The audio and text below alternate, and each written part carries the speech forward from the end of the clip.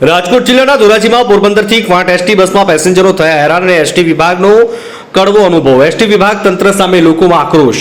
હાલ જન્માષ્ટમી પર્વની ઉજવણીના ભાગરૂપે સમગ્ર ગુજરાતમાં લોકોનું નાનું વેકેશન પડ્યું હોય અને લોકો પોતપોતાના વાહનો લઈ અલગ અલગ ધાર્મિક સ્થળો હોય, ફરવાલાયક સ્થળો હોય કે પછી પોતપોતાના સ્વજનોને ત્યાં પરિવારજનો સાથે નીકળ્યા હોય.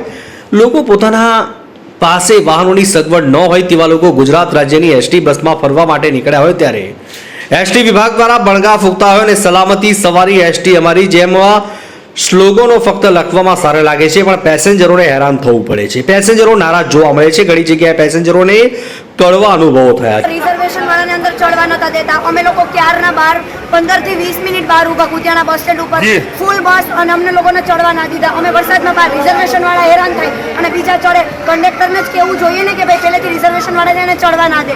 એની પણ ભૂલ છે ને આ વસ્તુમાં. ક્યાંથી હેરાન થાવ છો બેન તમે? ક્યાં કામથી હેરાન થાવ છો તમે? કુતિયાણા અમે અમારો બોર્ડિંગ પોઈન્ટ કુતિયાણાથી છે, ત્યાંથી અમને ચડવા નથી. અમે 15 મિનિટ વરસાદમાં ઊભા. ક્યાં કામ જવાનું છે તમારે? માંડવા. તો તમે રિઝર્વેશન કરાવેલું છે? રિઝર્વેશન કર્યું છે 10 દિવસ પહેલા. શું કરશો સરકારને? સરકારને જ કહેવાનું કે વ્યવસ્થા ઊભી કરો. અમે સરકારને એમ જ કહીએ તમે બસો મૂકેલી તો એ બધી બસો ગઈ ક્યાં? કેવા હેરાન થાવ છો તમે? કેટલાક દર્દીઓ? અંદર 62 વર્ષના મારા સસરા બેસેલા છે. એમની સીટની બાજુમાં 4 માણસ ઉભેલું છે. એકવાર હાર્ટ એટેક આવી ગયેલો છે, એ વ્યક્તિને બીજી વાર હાર્ટ એટેક આવી જાય તો જવાબદાર કોણ? શું તમારી માંગણી છે?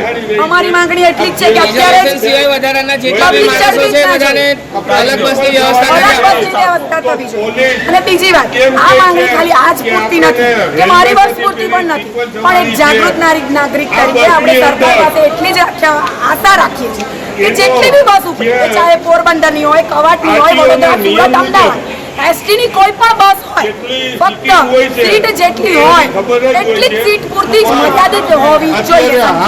ત્યારે ગુજરાત રાજ્યમાંથી ઘણા પેસેન્જરો પોરબંદર હરવા ફરવા માટે અને પોરબંદરના જન્માષ્ટમીના મેળાની મુલાકાતે આવ્યા હતા અને ફરી પોતાના વતન પાછા ફરવા માટે પોરબંદરથી ક્વાંટ એસટી બસમાં ઘણા પેસેન્જરો રિઝર્વેશન કરીને બસમાં બેસવા માટે ગયા, પણ પોતાની સીટ પર પોતાની બેસવાની જગ્યા ન મળી અને પોતાની સીટ રિઝર્વ હોય તો પણ બેસી ન શક્યા. ઊભા હેરાન થતા બસમાં બેસી ગયા અને પોરબંદરથી ક્વાંટ એસટી બસમાં પેસેન્જરોની સંખ્યા કરતાં ટ્રાફિકના નિયમો કરતાં વધારે પેસેન્જરનો ખચોખચ બસમાં પેસેન્જર જોવા મળ્યા. કુતિયાણા બસ સ્ટેશન કર્મચારીને ફરિયાદ કરી પણ કંઈ થયું નહીં. આ બસ ધોરાજી એસટી બસ સ્ટેન્ડમાં આવી અને પેસેન્જરોની સહન શક્તિ હદ વટાવી ગઈ હોય તેમ બસની બહાર આવીને હોબાળો મચાવ્યો હતો. મીડિયા સમક્ષ પોતાની વ્યથા વ્યક્ત કરીને રોષ વ્યક્ત કર્યો. 60 અને 70ની જ છે, તો આ બસનો અકસ્માત થશે તો જવાબદાર કોણ રહેશે? એના માટે જે રિઝર્વેશન નથી કરાવ્યા એમની પાસે પણ પૂરી ટિકિટ લઈ અને તેમને ઊભા રાખવામાં આવે છે અને જેમનું રિઝર્વેશન કરાવ્યું છે તેમને જગ્યા નથી એવું કહેવામાં આવે છે. તો હાલમાં નવી બસ મુકાય એવી સરકારને વિનંતી. કંડક્ટર અને ડ્રાઈવર દ્વારા શું જવાબ આપવામાં આવ્યો? કંડક્ટર અને ડ્રાઈવરનો એવો જવાબ આપવામાં આવેલો છે કે તમે લોકો ડિસાઈડ કરી લો, અમારા હાથ અમે કંઈ નથી. એ લોકો હાથ ઊંચા કરીને જતા રહીએ. તમારે ક્યાંથી ક્યાં જવાનું હોય છે? અમારે ધોરાજીથી બરોડા જવાનું. હાલ કેવી પરિસ્થિતિ છે? હાલમાં પરિસ્થિતિ એવી છે કે 2 કલાક બસ મોડી થયેલી છે, તો સમય પણ બગડે છે અને વ્યવસ્થા પણ.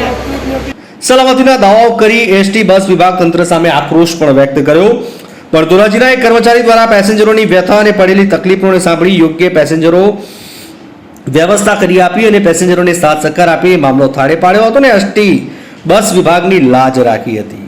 ધોરાજીથી અલ્પેશ ત્રિવેદીનો રિપોર્ટ.